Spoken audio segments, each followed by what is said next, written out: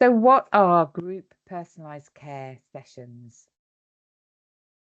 So they're a different way of seeing and supporting people who've got similar health challenges or maybe psychosocial or lifestyle challenges. So there's a real value to bringing them together in a group setting.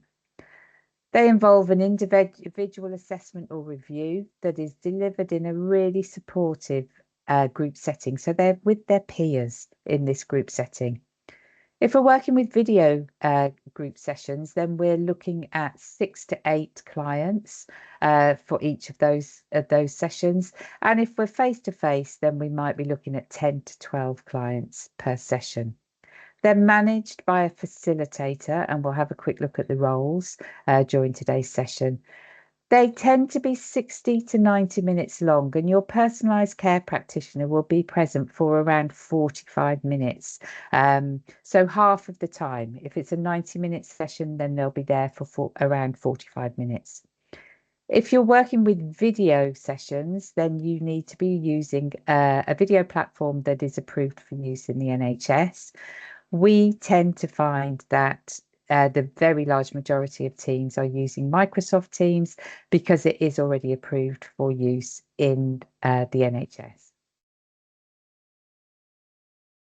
So what are they not? So personalised care group sessions are not group education. So the group education idea where you are going in with pre-prepared material and telling people what you think they need to know. So they're not group education, and they're not a peer support group either. There is education that happens and there is support that happens, but a personalised care group session is not determined by either of those two sessions. Personalised care and conversations that might have happened otherwise in a one-to-one appointment happen in the group in front of the rest of the group. And people therefore learn from each other, and they learn vicariously as well, and they can connect with and gain reassurance and also lots of hope as well from the people who are in the session with them because they are in a group session. So there's 3 key delivery roles involved. So first of all, we've got our personalised care practitioner. So that might be a health and wellbeing coach. It might be a social prescriber. You will have your own names for your personalised care colleagues in your team. And then we've got 2 support roles. We've got our facilitator and we've got our clinic coordinator. Your personalised care practitioner and your facilitator will always be 2 separate people. They're 2 very distinct roles. Your facilitator and clinic coordinator roles can be covered by the same person. So your facilitator is present in the group session from start to finish. They are managing the process, working well with your group of patients, carrying out the consent process, and working alongside the personalised care practitioner. Your clinic coordinator role is a behind the scenes role. This is the admin and organisation. So setting up links if you're working with video group clinics, booking rooms if you're face to face, sending out all of the information beforehand to your clients so that they've got everything that they need to join their session. So what kind of work can you do in a group session? So in a personalised group care session, you can triage people, so you can carry out an assessment. You can complete your HNAs, your holistic needs assessments during a group session. You can work with plans. You can co-create plans with your clients using the 5 steps to well-being. You can provide information that you want to share, and you can signpost as well to useful resources or perhaps website links, for example. You can undertake health coaching during your group sessions. You can do that really well with a group.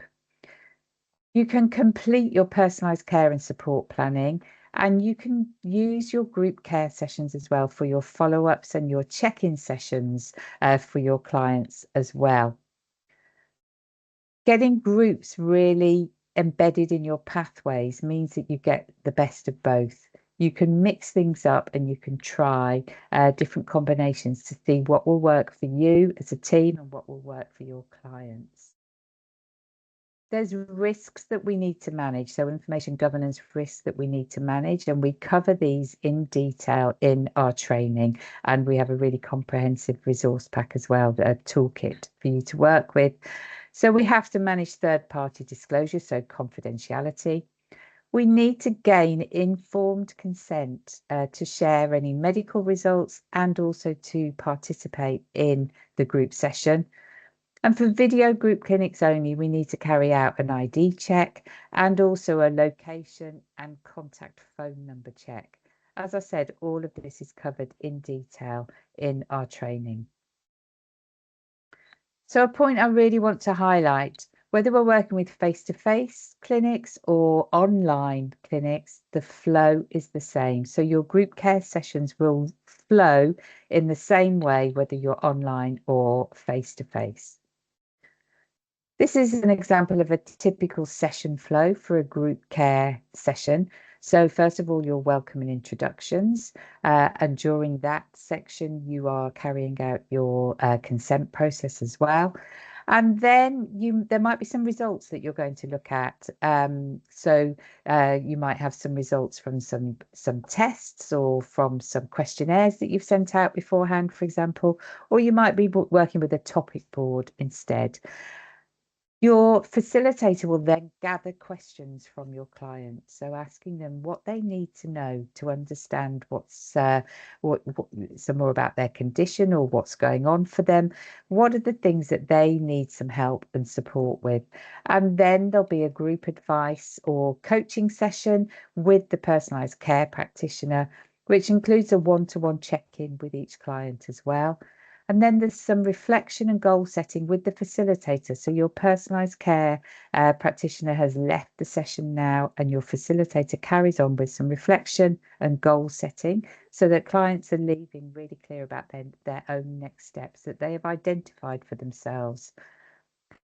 We gather some feedback for the team so that you can work on your cycle of continuous improvement, and then you finish at your agreed time.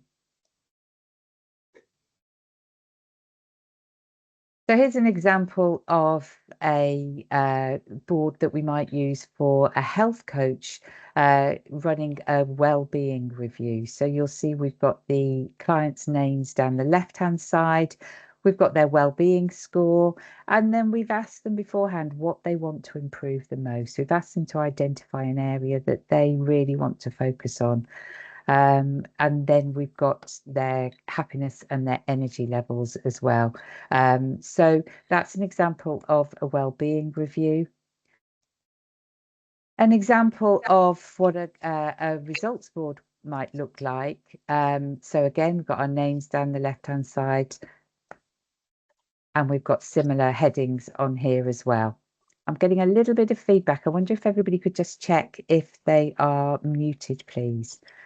And then we've got an example of a topic board for chronic pain. So you'll see key areas here that we want to make sure that we cover during the session. So we're going to encourage clients to ask their questions around these points. This is our agenda really for the session. And then an example of where we might have some topics, and we might also have some information that we're adding, some results that we're adding. So this is an example of a long COVID wellbeing review. So you'll see we've got a bit of information on the left-hand side, and then again, our key areas that we want to be focusing on with our clients. And then finally, an example of a topic board for menopause. So the key areas that we would want to be discussing in a menopause session based on the topics that patients tend to bring to their appointments, the key areas that are important for them to understand.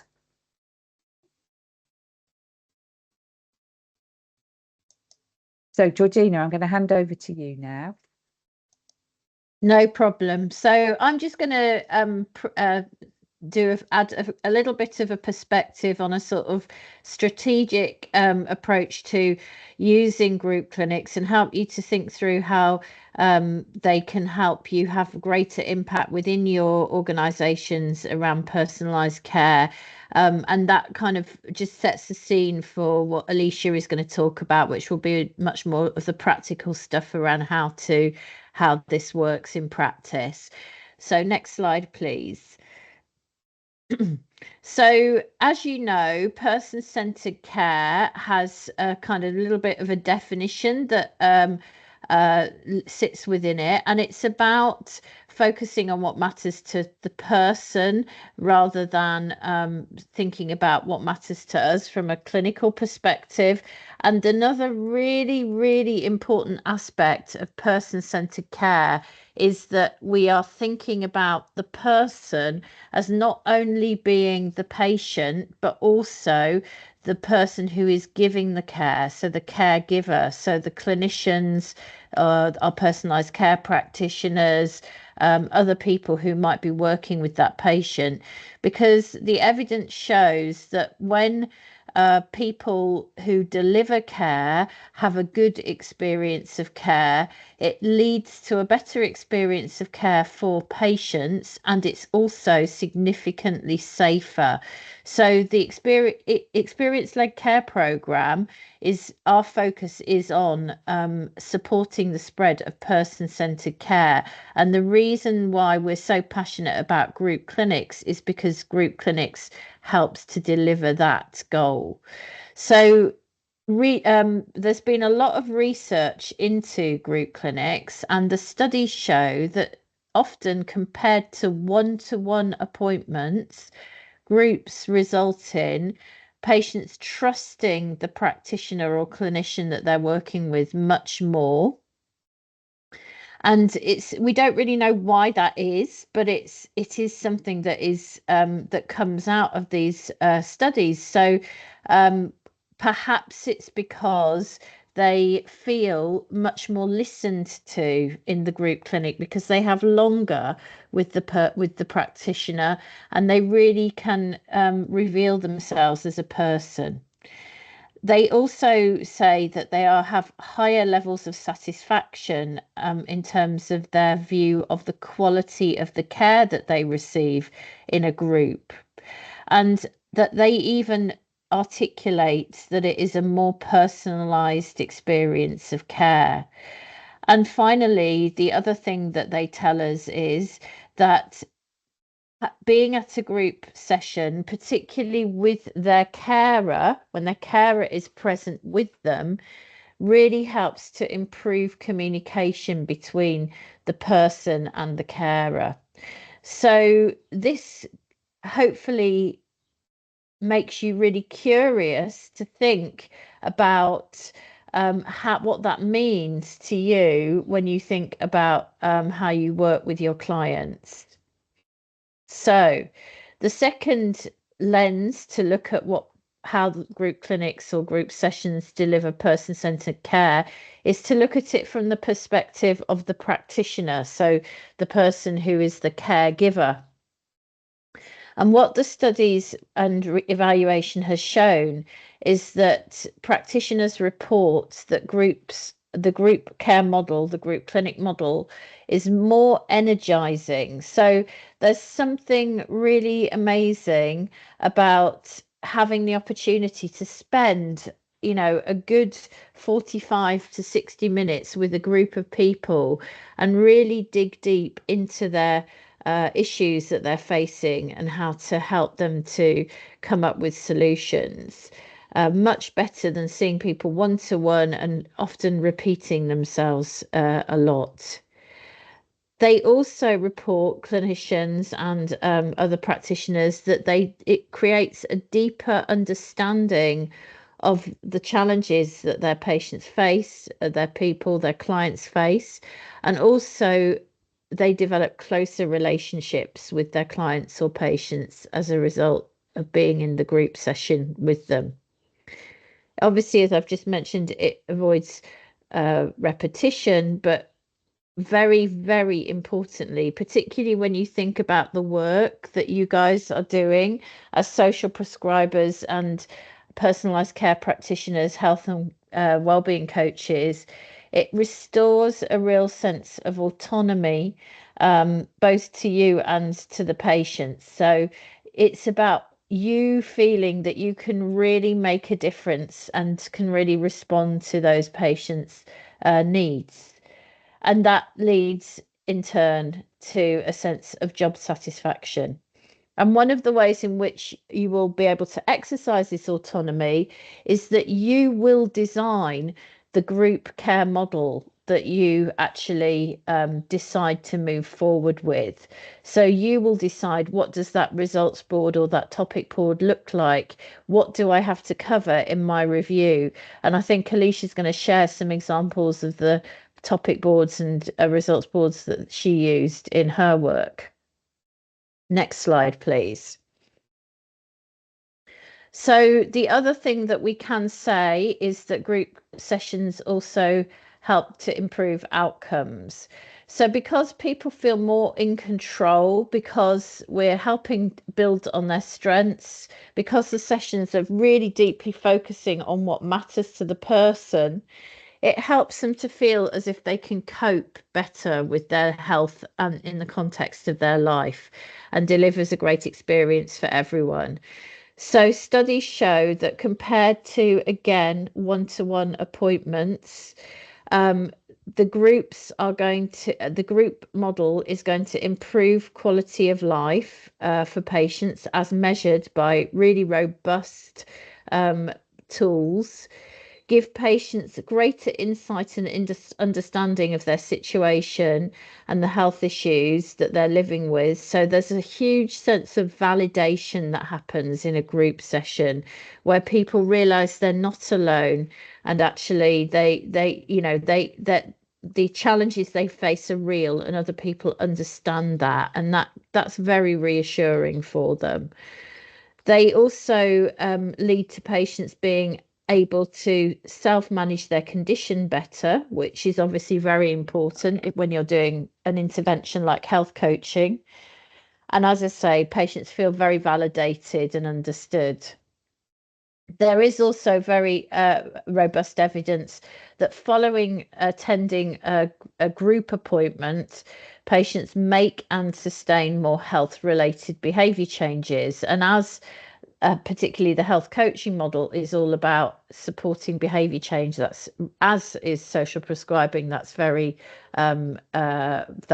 reassuring. Next slide, please. So, although I'm not an expert in social prescribing by any stretch of the imagination, my understanding is that one of the biggest reasons why social prescribing was invented was to reduce social isolation, because the evidence shows that prolonged social isolation and loneliness is equivalent to smoking 15 cigarettes a day. And actually, the evidence shows that people who face prolonged social isolation and loneliness have a shorter lifespan by as many as 15 years. They do much less exercise and have a much poorer quality of sleep. And these things together increase their risk of stroke by 32%, heart disease by 29%, and dementia by 50%, leading to increases in premature death. So if we are using our personalised care practitioner workforce to tackle social isolation and loneliness, what better way to build capital, social capital, and connection within our community than to make a lot of the work that our social prescribers and health and wellbeing coaches do group based? Because in that way, people will immediately become connected with others. And I'm sure Alicia will share some stories around some of the connections that were made in some of the groups that she was involved in running. So it seems to me that group clinics and group care are absolutely aligned with the personalised care agenda and the aims and mission of social prescribing. Next slide, please.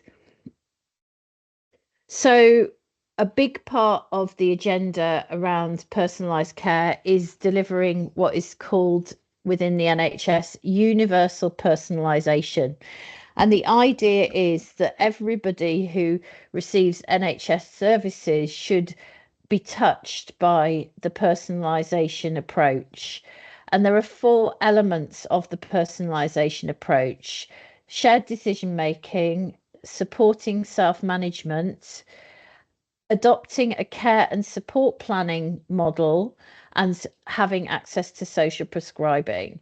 And as we've described today already, hopefully you can see that the group clinic model supports and is a foundation for the delivery of this universal personalisation agenda.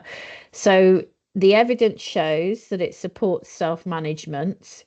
The group clinic process that we've described, where you share results with the patient or biometrics or some kind of measure of progress, and then give them a bit of time to reflect about their questions for the clinician, then or the other practitioner who they're working with, then have the opportunity to discuss that broadly and from a personal perspective, and end the care planning session with a reflection and setting of goals, is absolutely what care and support planning is all about. So the group clinic process mirrors the care and support planning process very closely. We can increase access to social prescribing by using a group care model. So there's a link there. And then in any situation where you're supporting people to share decisions, what we have found is that there is a huge benefit of being in a group in terms of supporting shared decision making. So, for instance, if you have a patient who has COPD and who is considering whether or not to go on a pulmonary rehab course, having the opportunity to discuss that in a group setting and hear from other people who have already attended a pulmonary rehab course can make a big difference to people's ability to understand the benefits.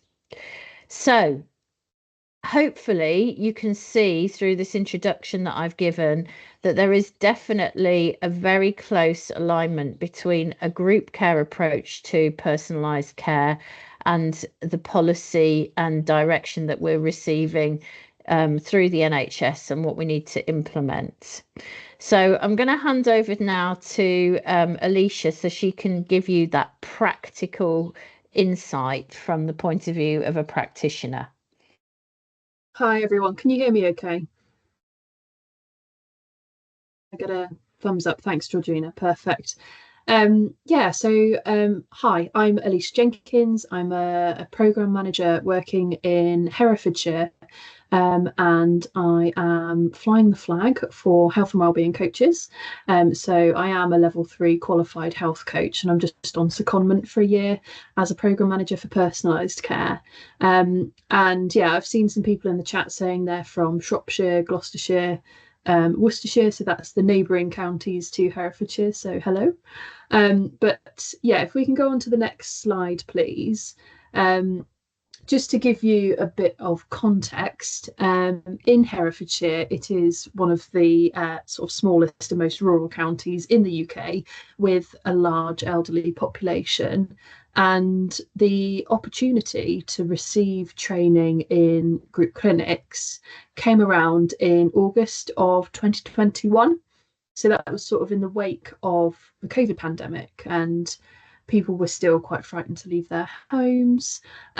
So we had the challenge of reaching those people that were quite geographically dispersed because of the rurality of the county, but they were also struggling to meet face to face because of fear of leaving the properties, and people were relatively elderly as well. So, and to add to all of those issues, within health coaching specifically, we did have some quite long waiting lists because it had become very popular. So as a sort of newly qualified health and wellbeing coach, we tried to build the health coaching service with group clinics in mind.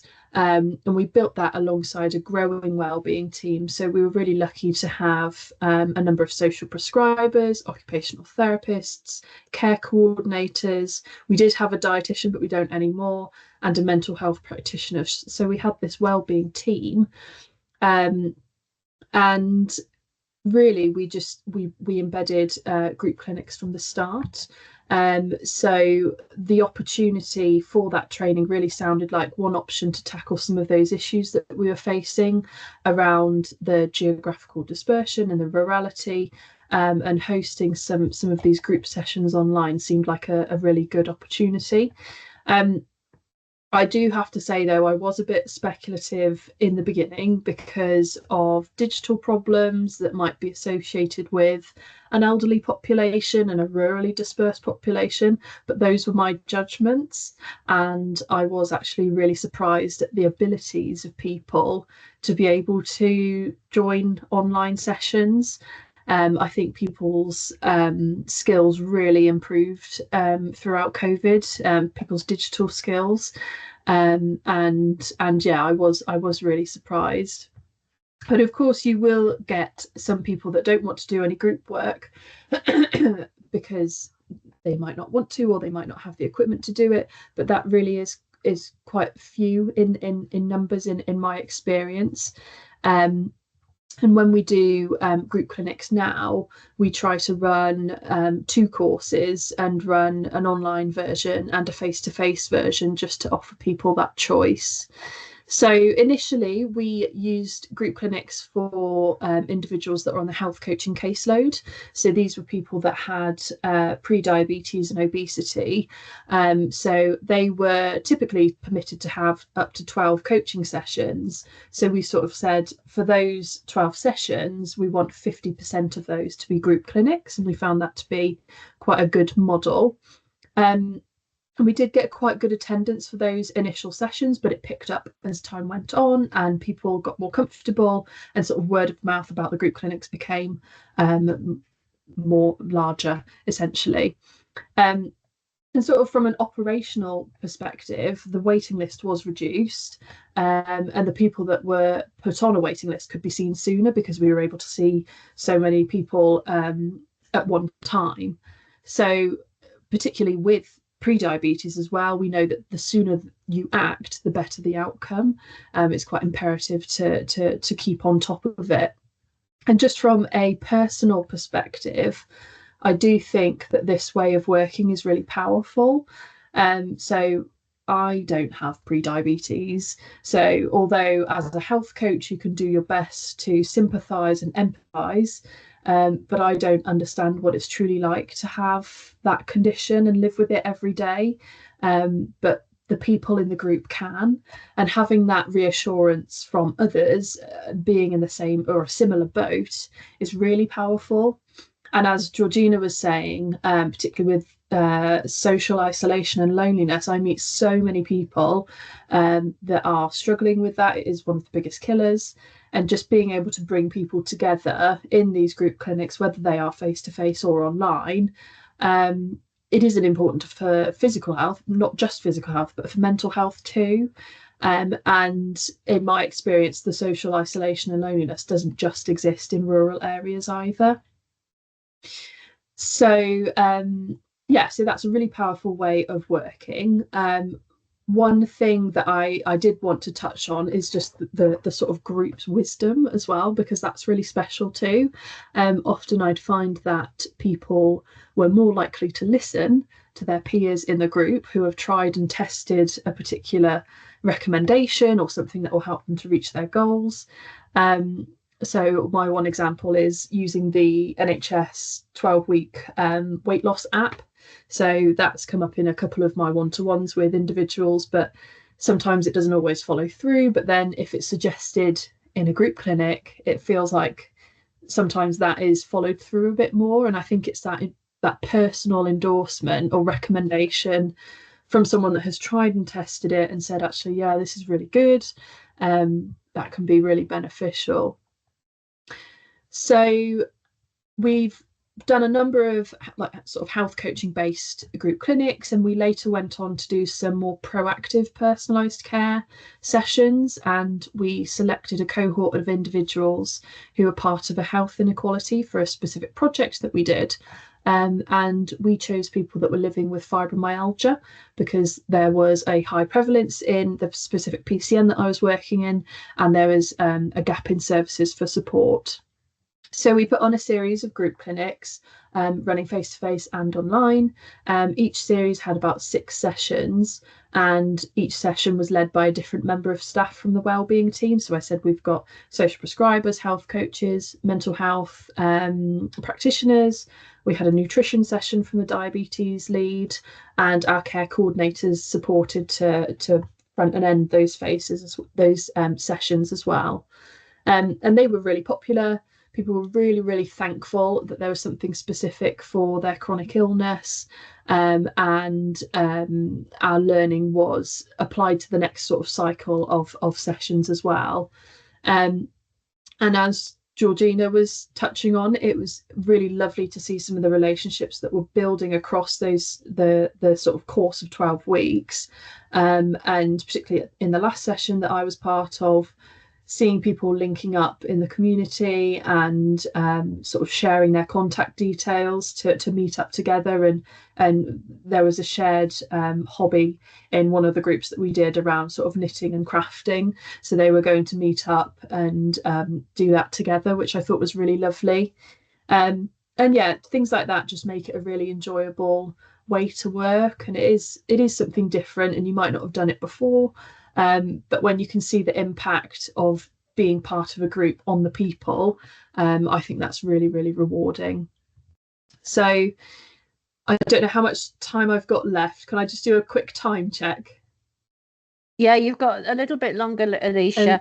I'm Okay. just thinking what might be quite good would be if you were able to sort of tell people a little bit about how you kind of covered your kind of must-do things, so in the group clinic. And if you need Helen to put the slides back to one of the results boards for you to talk to, because I think that's something that people kind of probably need a little bit of guiding through to get them to sort of think how that works, almost like how the session flows. I think that would be really helpful.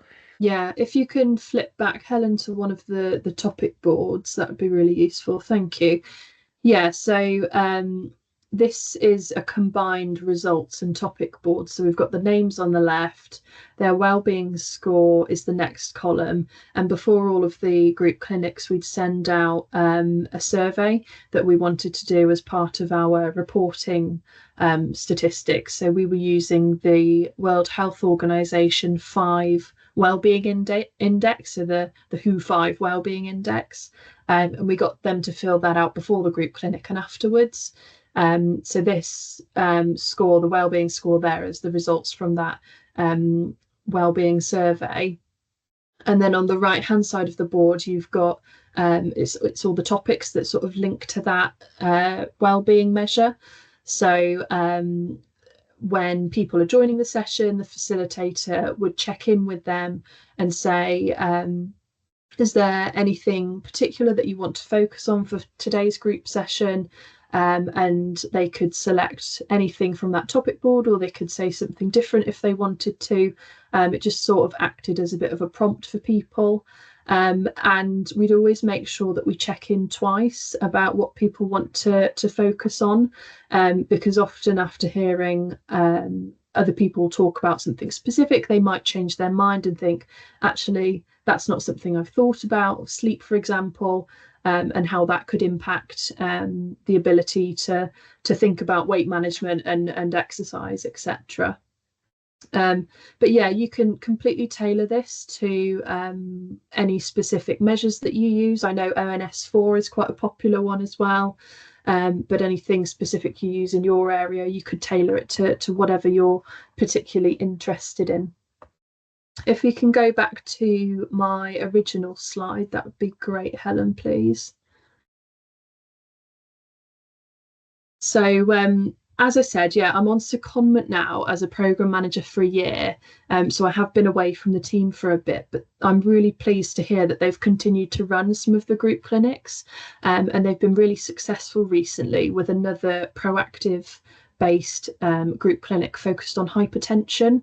So this lined up with the sort of strategic priorities at a place level for our area, and it's part of the core 20+5 priorities as well. So it was a really big thing that the whole sort of county wanted to look at. So the health coach and the social prescriber worked together to create a 6-week course of group clinics, and they really cleverly used ratings against sort of skills, knowledge, and confidence as their outcome measures, as well as blood pressure, of course, to work out sort of the clinical effectiveness of their session. And they had really positive results, and they shared that recently at the Social Prescribers Conference in Birmingham. And they want to sort of do that again in other PCNs and sort of spread that learning and spread the knowledge to replicate it in other PCNs. And they also used the simple activation questions, which you may have heard of before. So someone called Jag Mundra is pushing the use of simple activation questions. There's lots of information about that on NHS Futures. And there's been a bit of research to link a 1-point change in patient activation level towards being more activated to make changes in their life could equate to around a £300 per person saving for GP surgeries. So it's really about trying to coach people and improve their patient activation level. So it was really good to get some sort of hard data from those group clinics as well. But yeah, we've had some really, really great benefits in Herefordshire. It's always developing, always growing. And at the moment, we're in the process of developing some group clinics for our clinical services, particularly around menopause, and to run those in the evenings and the weekends, because that sort of suits that cohort of people a bit more that are going through the menopause. So yeah, I don't know if you want me to take questions now, Georgina, or is that at the end? I've seen quite a lot of comments in the chat. Yeah, I've got quite a list of questions. Okay, I'll try my best. So the first one, just some sort of factual ones. Which health coaching model do you use? So we were trained using the Peak program, so Peak Health Coaching. They gave us a variety of health coaching models. I personally use T-Grow quite a lot. I'm not sure if that's the answer you're looking for.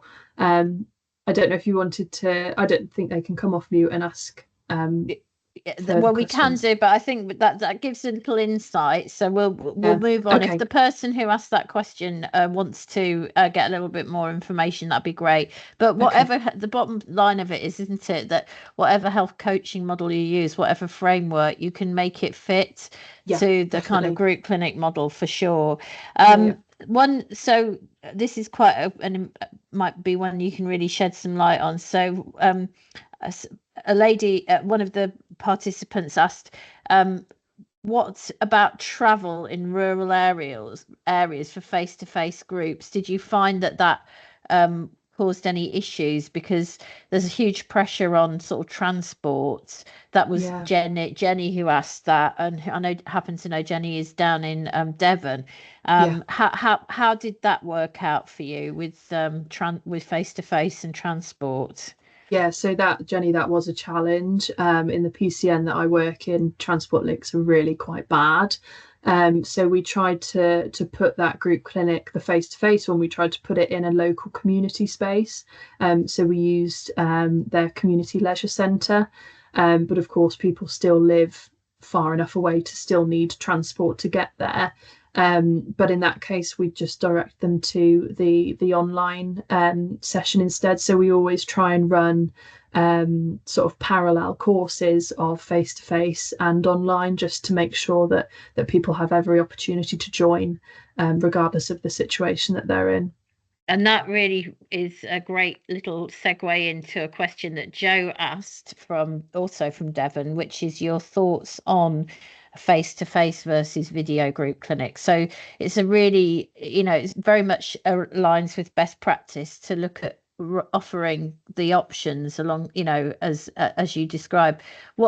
Any reflections, any insights, Alicia, on how each model is accepted? What's it like running a video group rather than a face-to-face from your perspective as well? I think with both of them, you can still have a really, really positive impact, and you can see the benefits in the conversations and the way people engage in both of them. So for that reason, I don't think one really tops the other. But in my personal experience, I've only really seen people share sort of contact information with each other in a face-to-face session, because they have that natural time at the end of a session where they're walking out of the room or they're in the car park, etc. So they do have that little bit extra time together where they can do that. But I think each one serves a different purpose. So for the online sort of video group clinics, they are better for some people who don't like to go to face-to-face places or have a lot of anxiety in face-to-face groups. So I just think you have to know your cohorts and know what's best for them. And I guess giving people a choice is really powerful as well, isn't it? If they can't get there by transport, and we have to be, although we, and for a little tip for all of you, it may be that there are issues with getting transport, but also look into in your local area what the local authority and others are doing to improve digital access and reduce and mitigate digital poverty, because it might be that actually what you can do for some of those people is to get them access to data that is paid for, to get them access to an iPad or something similar, some kind of equipment, even somebody go to their house and show them how to use it, because there's lots of schemes like that, and often they really prioritize increasing access to healthcare. So look at what's going on in that space to help you if you decide to go down the video route. So we had a couple of questions as well that are around what's the best time of the day to organise sessions. So Lucy has had a go at annual asthma reviews for adults, and they ran sessions in the evening and found that they weren't getting patients coming along to those. Just a reflection, that was 6:30 to 7:30, I think you said, Lucy. What's your insight around that? The time of the day. Yeah, it can be difficult, can't it? Because you do get people saying, "Oh, I can't come in the day because it needs to be in the evening," and then you put them on the evening and no one attends. In my personal experience, I'd certainly try and go to those individuals that said they couldn't attend and find out why, and find out if it's because of something specific going on in the area, or if it's something that can be sort of mitigated by adjusting that time slightly or putting it on the weekend. It can be really difficult, but just having those open conversations with people to find out what they want would be my best advice. Yeah, and I think linked to that as well, Lucy, we've just been doing a lot of research into people's what encourages people to come to group clinics, and what we know is that testimonials from people who have from peers who have had the experience of being at a group session, and also testimonials from clinical people, make a massive difference to the uptake of group sessions. There's a huge amount of sort of bias towards what we know. So if you're offered an asthma review in a group, and that's the first time that you've ever been offered that, you will be very biased to not attend a group because it's a new thing. So if you can gather patient testimonials and also clinician can do just little short videos, and you send a link to that when you invite people, that can make a big difference to the uptake, regardless of what time of the day it is. But I would be definitely looking at options around early morning for people who work, and also issues perhaps even lunchtime, because people can join at lunchtime if it's a video group clinic. So that's those questions. So Alicia, in an ideal world, how many group clinics do you think, how frequently should we be doing group clinics? That's a question that's come up. Should we be looking at weekly? What's the, I mean, it depends on so many factors, I know, like the number of patients you have on your caseload and all that kind of thing. But to keep your skills up, to keep you kind of sharp around this way of working, what are your thoughts on how frequently you need to be doing them? In my experience, I think at least once a month, really. And like Georgina said, it really depends on your cohort and who you're working with. But as I said in sort of my when I was sharing my experiences with the individuals on the health coaching caseload, we tried to make sure that 50% of their sessions were group clinics. And the other 50% were one-to-ones with me. So that did work out to be around once a month for each session. And then we obviously did our sort of proactive one-off, we did our fibromyalgia ones, they've done hypertension ones, so that's in addition. So it really does depend on the demographics as well, and the cohorts that you're looking at. Yeah, and if you were doing, we're talking today mainly about personalized care models, but if you were doing, diabetes reviews, or even maybe a pre-diabetes intervention, and you had literally thousands of patients on your books, then you would probably be looking at doing them on a much more frequent basis. So here's a good one. Gozzy has asked, do people have to opt into the group, or can they still access one-to-one? And I think there's something here, Alicia, maybe just about, and we are kind of getting very close on time, because we've only literally got a couple of minutes left, about, I know in your program you did a bit of a mix, didn't you? So you did one-to-one assessment, then, so bear that in mind, guys, that sometimes you're say it's a session, you within a health coaching course, you get 6 sessions. They're not all going to necessarily be groups. There might be some which are one-to-one and some which are group.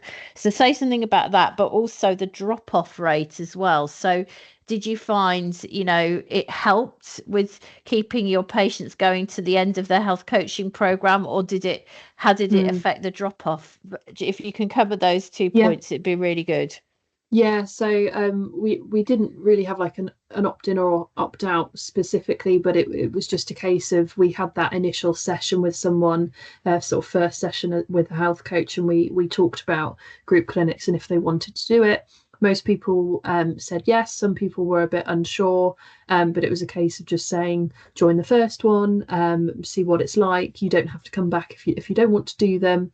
But we try and aim for half of your sessions to be group clinics, so you're sort of setting up those expectations at the start. And drop-off rate, we didn't measure drop-off rate, but we didn't have people sort of exiting health coaching early because of group clinics. I found that their outcomes and reaching their specific goals that they were setting was enhanced. So yeah, hopefully that answers your questions. Yeah, and I think it's absolutely right that you're never going to have a health coaching program where it's necessarily all going to be group. There's going to be a one-to-one element of it as well. And as Alicia has alluded to, there's it's getting people at the first one, isn't it, Alicia? Because once they've been to the first one, they actually really like it. Yeah.